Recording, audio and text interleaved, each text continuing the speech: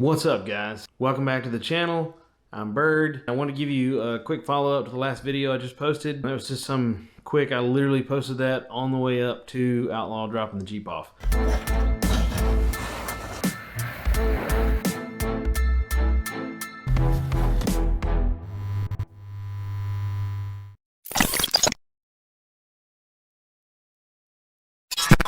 So in that video, I said that the differential's been making some sort of weird noise, or at least the rear end in general. So I took a quick video of that. I didn't get a chance to post that last time, so I don't know how well it picked it up, honestly. But it's like this weird metal on metal kind of screeching kind of sound.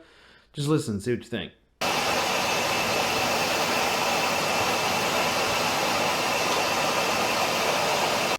So yeah, I don't know. So took it up there yesterday, got it all dropped off. I told the owner, you know, what all I wanted done to it with the axles and et cetera, et cetera. And on the aux locker, you know, I was telling him, you know, it just came out, and he said, yeah, I've seen that. It just came out last month in May. So you're probably gonna be looking at least 4 to 5 weeks lead time. And I said, that's fine, man. I mean, I can't drive it anyway. So I'm just going to, you know, just leave it here and let you work on it, whatever. And he said, man, I'm going to tell you right now, I strongly recommend that you go with the Eaton e-locker. And I've done a ton of research. I've looked at the Eaton, I've looked at the Yukon, I've looked at the ARB and Ox and all of them. And honestly, every single ARB locker video I've ever seen has the air pump in the background going brrr, brrr, all the time. Drives me nuts just watching it. I couldn't imagine it being actually on my Jeep. So I don't want that for sure. The Eatons, the way it works with the whole electromagnetic thing holding it there means you always got to have power. So if you get a severed line or something, you're out of a locker. With Ox, once that thing is locked in, dude, it's there. It's done. It's like a permanent thing. You don't need power. You don't need constant air. You don't need whatever, right? The fact that you can put the little plug in there and lock it in manually if you need to is, you can't go wrong with that. So I told him, I said, no, I want Ox, period. I don't care how long it takes. I want the Ox. So I told him that's fine. I'll wait. Oh, and one other thing I asked him to do is go ahead and cut that stud off the end of the bumper or whatever where the tire carrier was. Going ahead and fill in all the holes where like it had screw holes and stuff in it for the mounting apparatus, and then going ahead and fill in the holes for the reverse sensors, because I don't even have them. You know, just kind of clean up the bumper. And then, you know, I got some trail damage at, I think it was Dry Creek. Hell, I don't remember.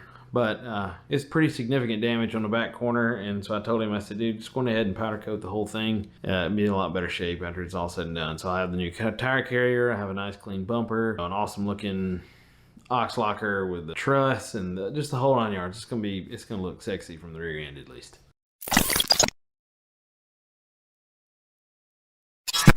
I just want to give a quick update on kind of where we stand. So on day 29, so July 8th, I asked Outlaw for an update, and they said they're just waiting for the locker based on the guesstimated 4 to 5 week lead time. That means next week then, right? And they said, not sure, let me check, and then nothing. I guess they got busy, that's no biggie. The next week, a week later, I messaged them again, and I said, hey, you gonna be able to get it this week or not? And he said, well, we sent Ox an email and no response. Today, being day 47, is July 26th, and I asked them today, any word whatsoever. And he said, yeah, the parts guy finally got a hold of somebody or got an email back, and Ox said that they are actually waiting on their supplier. Something that's missing for the new JL version that I just had to have is on back order with the manufacturer. So who knows how long it's going to be. Hopefully it won't be too much longer. Just sit and wait, I guess.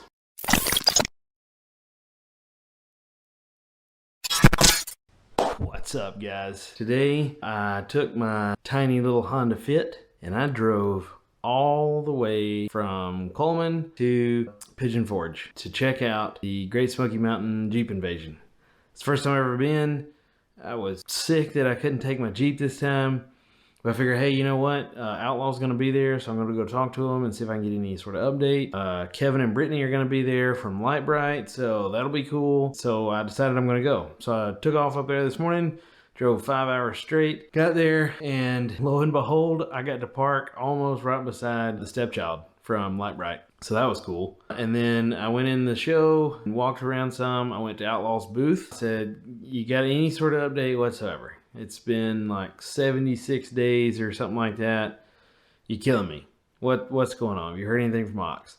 He said, actually, yes. Got a message from them this week that said that they got the parts that they needed finally. So they're actually working on building the locker itself. Said that it shouldn't be much longer, maybe a couple, 3 weeks, and then I'll have my locker. So that's exciting. Anyway, so I went walking around and I got to see Kevin and Brittany.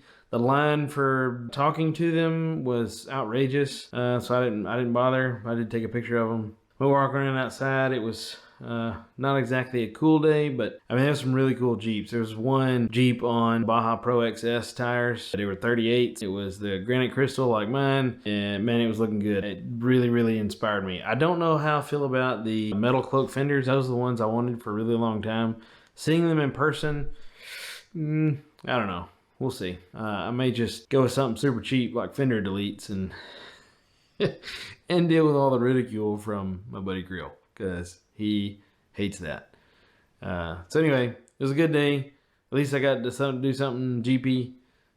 So we'll see how things progress.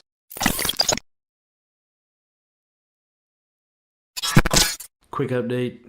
I'm dying. So today I thought, hey, you know, it'd probably be helpful if we're going to install that tire carrier. I should probably take my spare tire and the tag bracket thing with my tags still attached and the backup camera up and maybe put it in my Jeep or something. So I went up there today, talked my wife into going up there. It was a pretty day. So we ran up there and there she was, parked around the side, all neglected and alone. So I went over there and I loaded up the tire and the tag bracket and stuff, and I may have opened the door and sat inside and whispered sweet nothings. I had to sit there, you know, just to see what it felt like. It's been so long. I can't wait.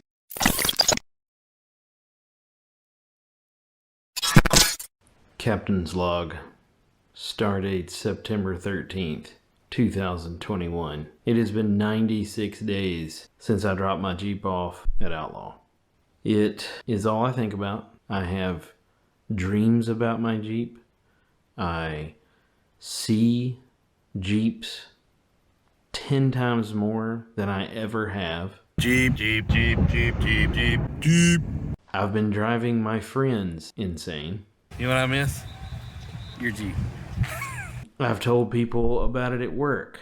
Everyone I work with knows that I do not have my Jeep right now. It is... it's crazy. Sometimes I even catch myself just kind of drifting off into a daydream, thinking about what it used to be like to actually have a Jeep.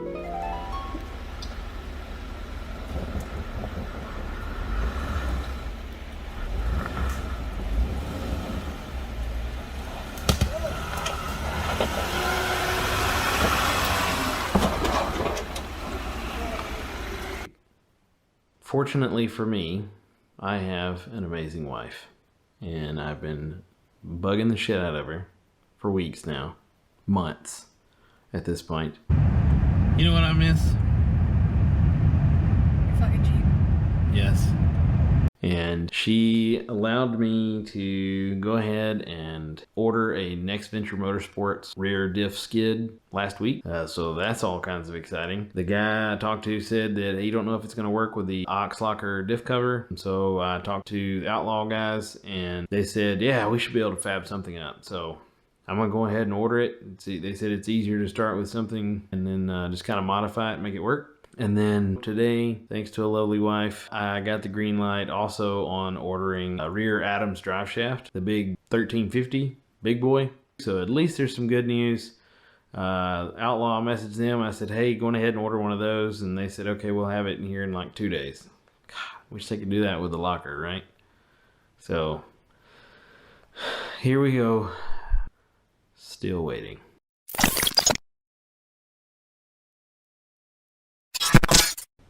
Guess what? I called Outlaw just now.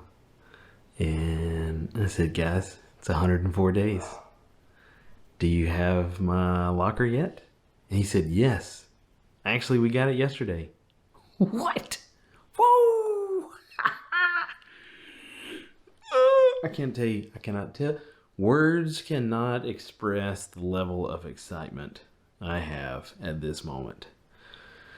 So I said, okay, sweet. When can you get me on there? When can you get me done? Etc. etc. So he said, dude, it shouldn't be too much. We're pretty swamped right now, but I should be able to get you in 2 weeks. So we'll start on October 4th. And I'm like, hell yeah. So how long is it going to take, you think? So he looked through the sheet. He's trying to figure out what all we got going on. He said, I don't see why it wouldn't take any more than a week.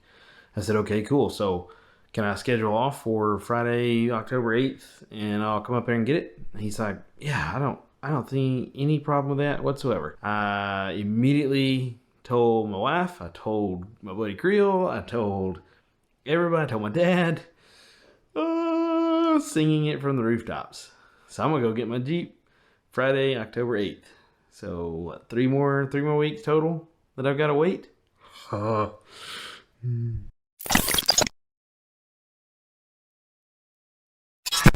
Outlaw just messaged me and said, hey, we got some bad news. The Next Venture Motorsports skid plate that you ordered for the diff skid is not going to work.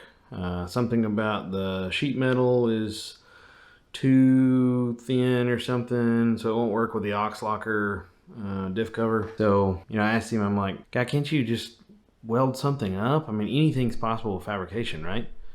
And he talked to the fab guys, and they came back and said it's going to take another $500 for labor and materials. Dude messaged me and said, so how much you really want to pay for a diff skid? And said, not that much. I will sell that guy.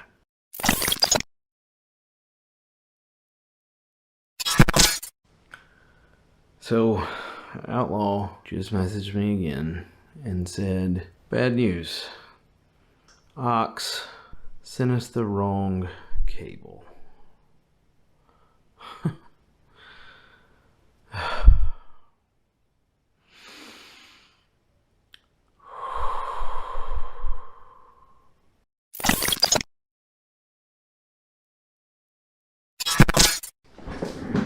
What's up, guys? I just got off the phone with Outlaw Offroad. I got tired of waiting on them. So I gave him a call this morning. I said, it's been a week. You got my cable yet? And dude said, yes, actually, we got it this morning. Okay, so when can I get my Jeep? So he says, well, there's a guy on the rack right now that should be finished up soon. So as soon as we get him off, we'll get you back on the rack and get all your stuff buttoned up. So you should be able to, or we should be done with it tomorrow by close of business. So exciting. Outlaw just messaged me and said, hey, you need new batteries. Both of them are dead.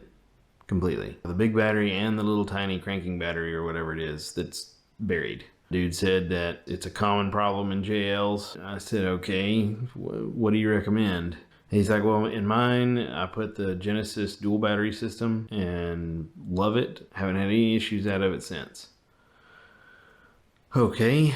I mean, I've had my eye on that for a little while, so sure. Whatever. I mean, it's just money. You can't make this shit up. Every time I turn around, it's something.